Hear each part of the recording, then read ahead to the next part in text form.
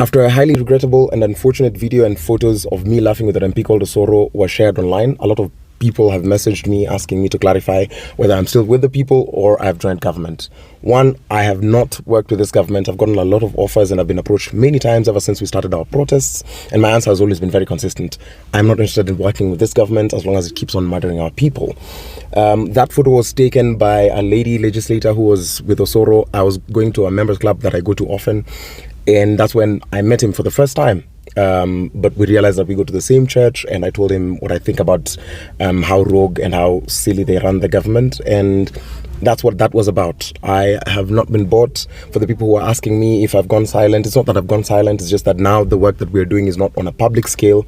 I'm no longer taking media interviews as I used to, and we are no longer going to the streets. So the work that I'm doing, you can find it on my profile. It's very community based, and we are working with coalition of leaders who were birthed from the streets.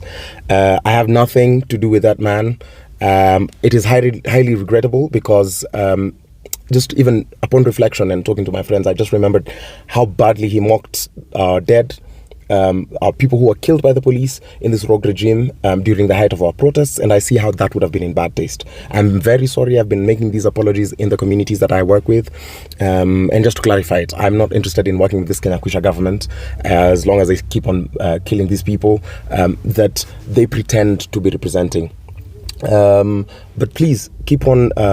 I think I'm grateful that we are doing this civic education work together. Keep on supporting the voices of the people who are doing well to unearth these things, but also plug into your community. This work cannot be done by an individual. We cannot peg it on one person to do it. Let's come up together. If you're interested in knowing the work that we are doing, just keep on amplifying our voices and follow us online. There's a lot of work that we are doing at community level, because this change cannot come from an individual alone doing all the work.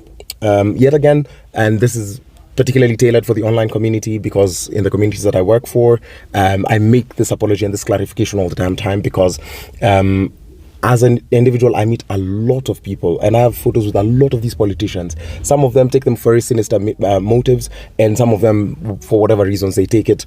But I am in no way working with any politician who's affiliated to this government.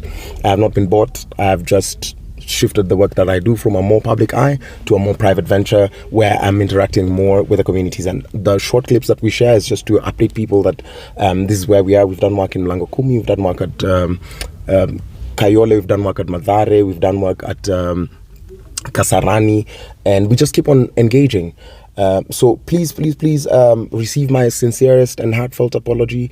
I hope this suffices and helps to clear the air that I am still very much with the people, and this fight must go on. Let us not buy into the gimmicks and theatrics of this government, of people lying to us now that because they want to impeach Rigathi Gachagua, that is our problem. We don't care. They should impeach him. They should impeach Ruto as well. We don't like all of them should just impeach each other and go home. We don't care about this government because it does not care about us. And if we can, as young people, let's not fight the voices of the people who are trying to drive change. It's a very difficult thing to do. Anyone who's on the front line knows that, one, it requires a lot of money. Two, it requires a lot of sacrifice of time and resources. But we keep on doing it regardless. So I hope that we continue engaging. I hope that we continue wanting better for our country. And I hope that in this quest, if we do not get a bullet revolution, a revolution that's birthed on the streets, that we are preparing ourselves adequately to get a ballot revolution in 2027. That means we need to take up IDs, we need to follow up that IEBC story, but also not let these tribal gimmicks by politicians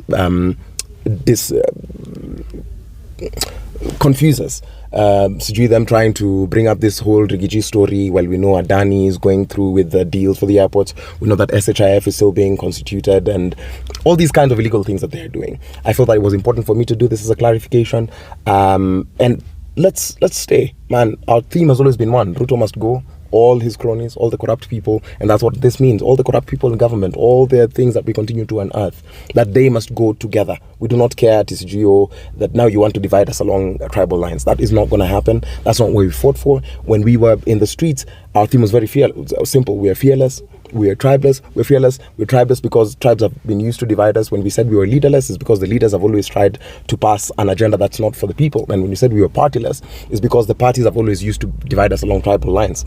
Right now we're having a conversation about forming parties, and I encourage as many of you and as many of us to join these parties, or even go ahead and form those parties. Go ahead and convince us. If they are parties with the right ideology, we are going to join them and we're going to drive this Kenya forward.